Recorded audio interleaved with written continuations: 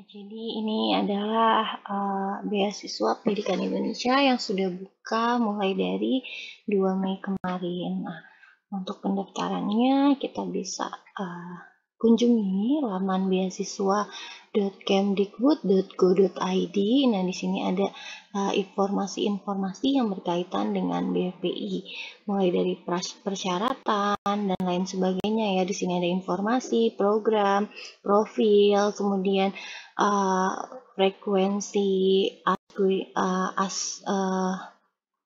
question. Jadi ini adalah pertanyaan terbanyak yang ditanyakan. Kemudian ada tata cara pendaftaran. Nah, kemudian ada pendaftaran. Nah, ini kalau misalnya mau baca-baca dulu di sini boleh aja kalau misalnya ketinggalan informasi-informasi yang berkaitan dengan pembukaan beasiswa BPI Kemendikbudristek.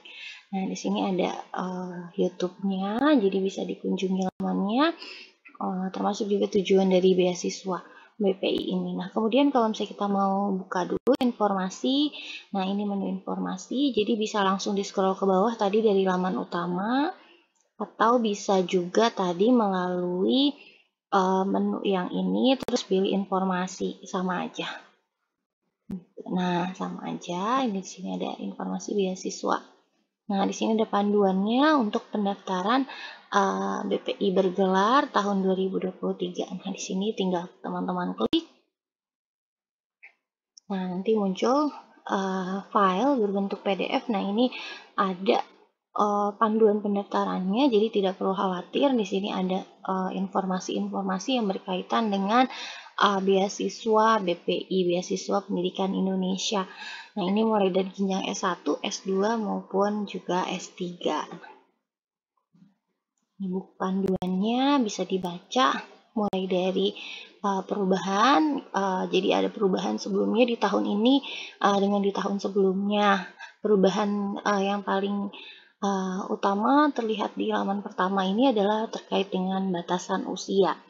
Nah, di sini ada yang tadinya 41 tahun untuk S3, di sini menjadi 48 tahun. Kemudian untuk S3 dosen LPTK atau pendidikan profesi ini kurang dari 41 tahun menjadi kurang dari 48 tahun. Nah, ini untuk lebih jelasnya lihat di press release sosialisasi beasiswa BPI di YouTube Kemendikbudristek itu ada. Nah, di sini untuk beasiswa BPI bergelar ini ada D4 atau S1 untuk calon guru SMK, S1 untuk pelaku budaya, S1 beasiswa Indonesia Maju, S1 beasiswa Asrama Mahasiswa Nusantara, S1 beasiswa Stipendium Hungarikum, ini top up. Nah, ini untuk S1, kemudian untuk beasiswa bergelar S2, ini ada perguruan tinggi akademik, kemudian di sini ada S2 pendidikan perguruan tinggi vokasi, S2 pelaku budaya, S2 pendidik dan tenaga kependidikan, kemudian S2 beasiswa Indonesia Maju, kemudian S2 Stipendium Hungarikum. Kemudian untuk beasiswa bergelar S3 ini juga ada kriterianya. Nah, di sini ada informasi mekanisme pendaftaran seperti apa, mekanisme seleksi penetapannya seperti apa, dan jadwal pendaftaran dan pengumuman hasilnya. Untuk tautan daftar perguruan tinggi, tujuan dan format dokumen di sini juga lengkap contohnya. Jadi tinggal diikuti saja dari panduan ketentuan di sini. Nah, kemudian ada lampiran-lampiran, ini ada format dokumen, nanti kita langsung lihat aja di contoh programnya. Nah, ini silahkan dibaca untuk pendahuluan tujuan dari beasiswa BPI. Nah, kemudian ini ada jenis-jenis beasiswa, ya, baik itu dalam negeri maupun luar negeri. Kalau misalnya di strip berarti dia nggak ada. Untuk calon guru SMK ini hanya dalam negeri, berarti luar negeri nggak ada. Untuk satu gelar, karena ini tidak diperkenankan joint degree atau dual degree. Jadi yang boleh joint degree dan dual degree adalah S3 untuk pendidikan PTA. Nah, ini bisa dibaca untuk sasaran programnya, siapa saja dan apakah kita masuk ke dalam sasaran dari program beasiswa Indonesia, pendidikan Indonesia.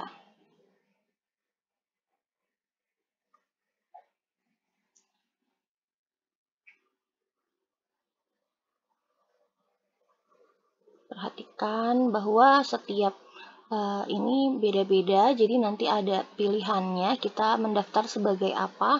Misalnya mendaftar untuk beasiswa S2 untuk pelaku budaya, nah nanti ada pilihannya, atau tenaga pendidik dan tenaga kependidikan, atau yang lain-lainnya. Nah, ini persyaratan penerima beasiswa. Ada persyaratan umum bahwa telah diterima di perguruan tinggi dalam ataupun luar negeri, jadi harus punya LOE dulu, teman-teman. Jadi kalau belum punya LOE, baiknya segera urus LOE-nya terlebih dahulu, karena masih ada waktu untuk mengurus LOE.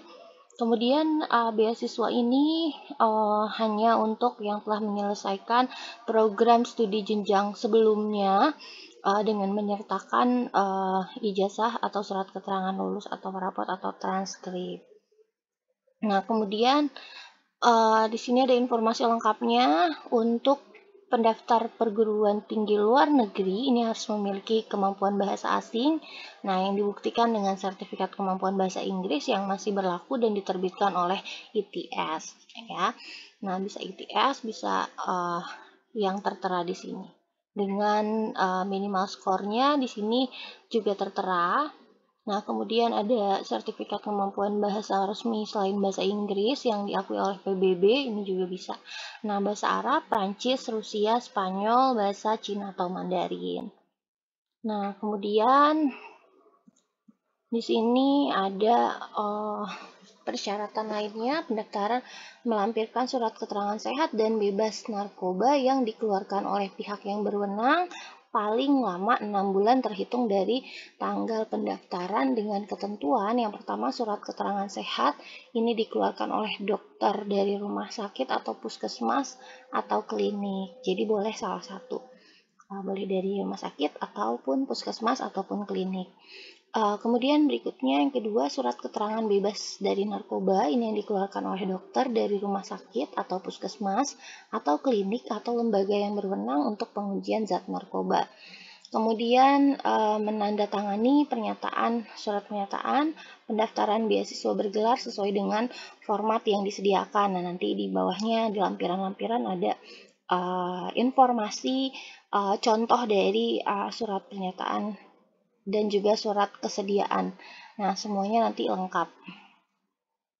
Pendaftar tidak sedang melaksanakan pendidikan kecuali untuk program ongoing skema calon guru SMK dan S3 PTA dalam negeri. Nah, pendaftar ongoing paling tinggi berada pada semester 3 pada semester ganjil tahun akademik 2023 2024. Nah, jadi di sini untuk program ongoing-nya sangat terbatas, hanya untuk calon guru SMK dan S3 PTA dalam negeri. Jadi kalau kamu mau daftarnya adalah untuk program S2 atau magister, artinya untuk yang ongoing ini tidak bisa untuk mendaftar beasiswa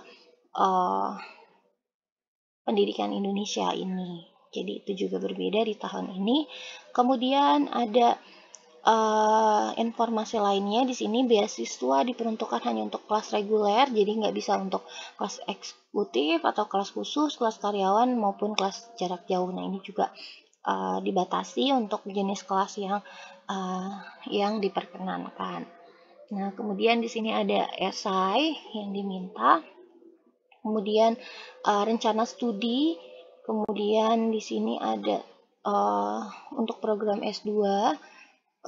Di sini dalam negeri dan juga dalam bahasa Inggris untuk S2 di luar negeri, ya. Di sini esainya boleh pakai bahasa Indonesia untuk yang pengajuan S2 di dalam negeri, tapi kalau untuk pengajuan S2 di luar negeri maka harus menggunakan bahasa Inggris. Kemudian ada juga menyampaikan proposal penelitian untuk S3.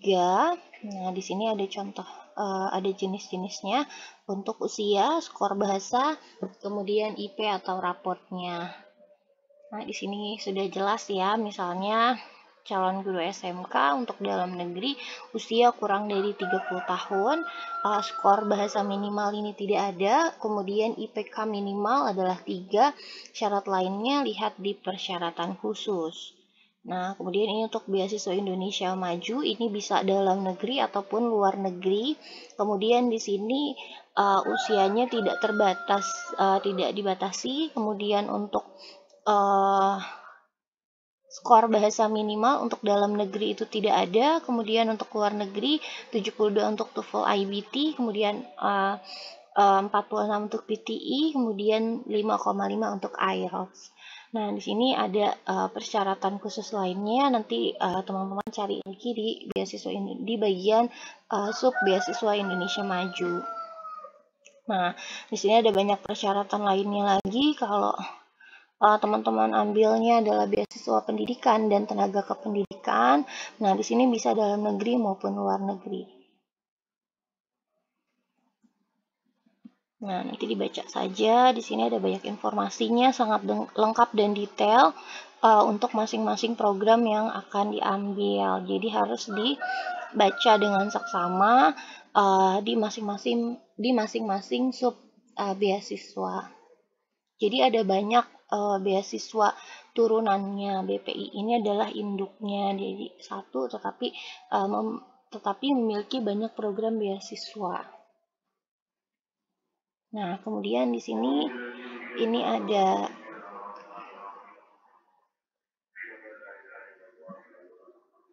contohnya. Di sini ada contoh surat pernyataan.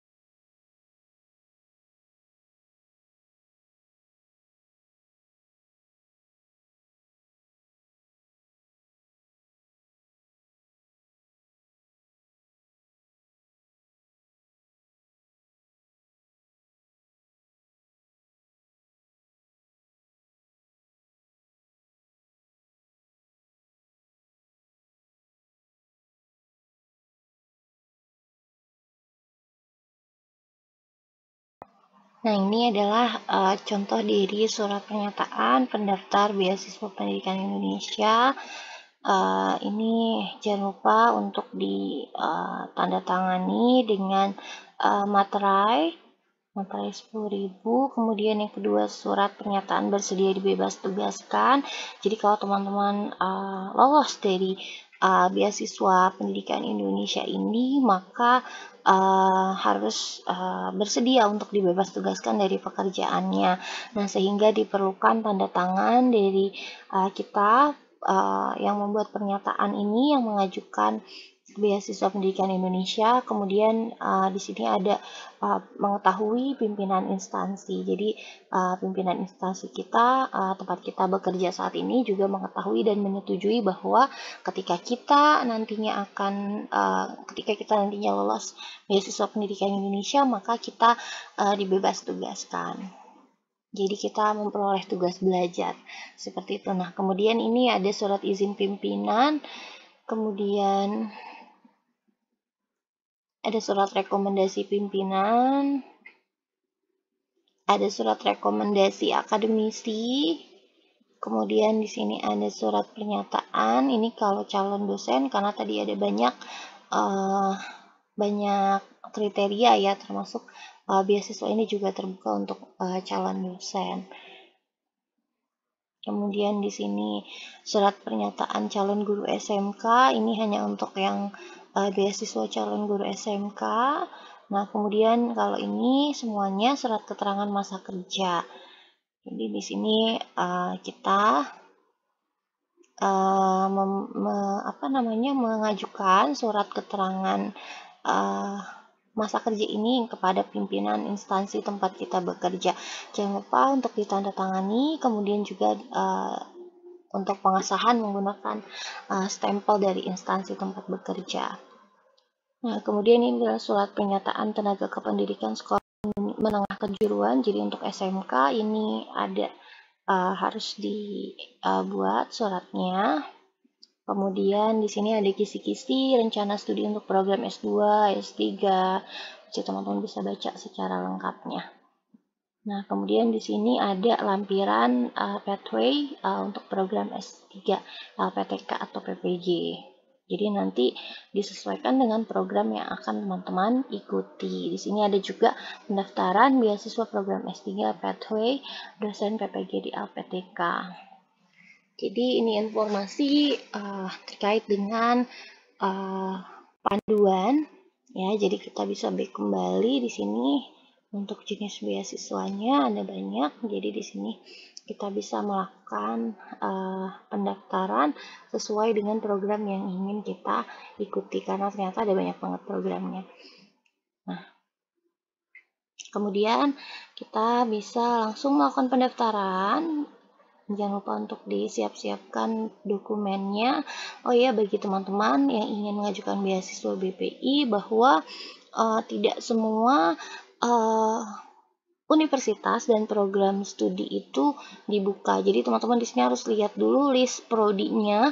Jadi untuk S1 atau D4 calon guru SMK, maka harus lihat list prodinya dulu, apa saja universitas mana saja yang diperkenankan atau yang bisa mendaftar beasiswa pendidikan Indonesia. Nah, di sini teman-teman bisa lihat ya, bisa scroll ke bawah, atau ini bisa kita ubah jadi tampilan list yang banyak, yang lengkap. Nah, nanti teman-teman bisa scroll aja ke bawah.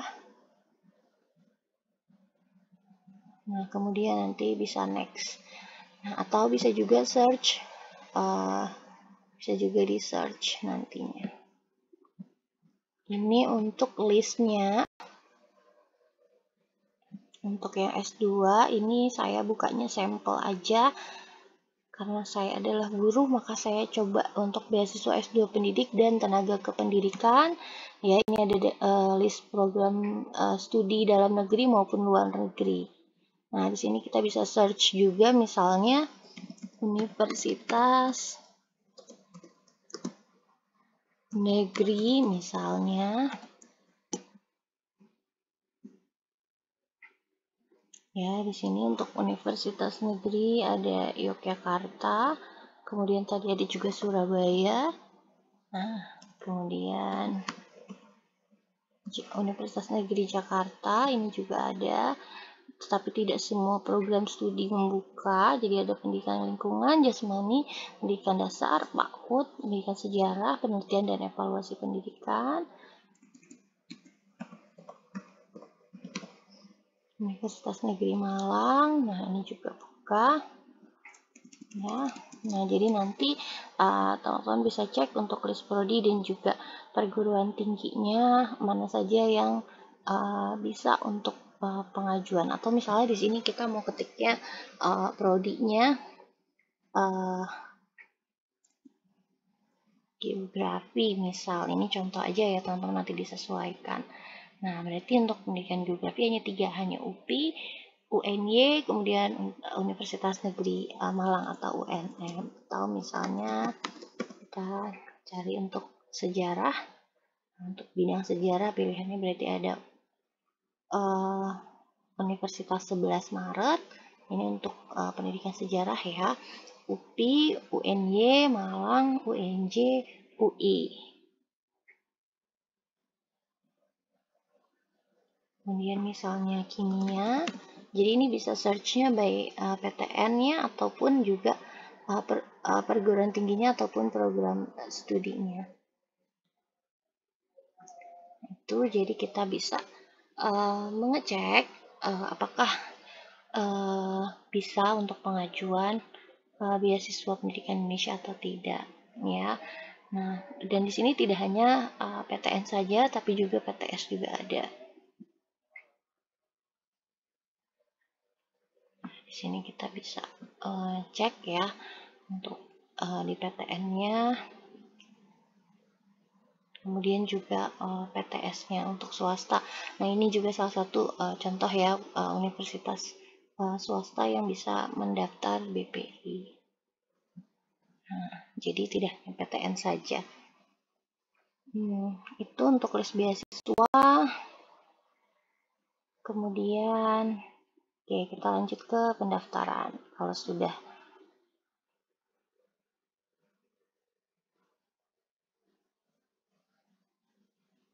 di sini untuk pendaftaran, di sini pilihannya di atas saya ini adalah pendaftaran peserta, kemudian di bawahnya tulisannya adalah pendaftaran di viewer. Kita pilih yang pendaftaran peserta. Nah, di sini langsung masuk ke laman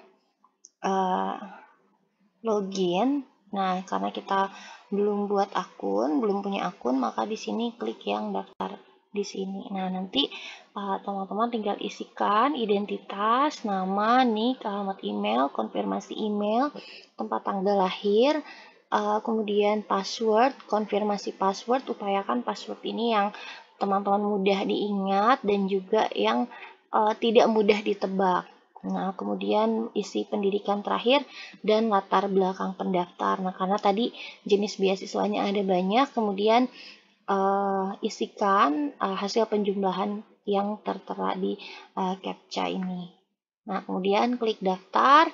Nah, nanti tinggal dilengkapi saja semuanya untuk pendaftaran. Untuk part 1 sekian dulu. Terima kasih teman-teman yang sudah mengunjungi video singkat kali ini. Sampai jumpa di video-video berikutnya. Terima kasih. Salam edukasi.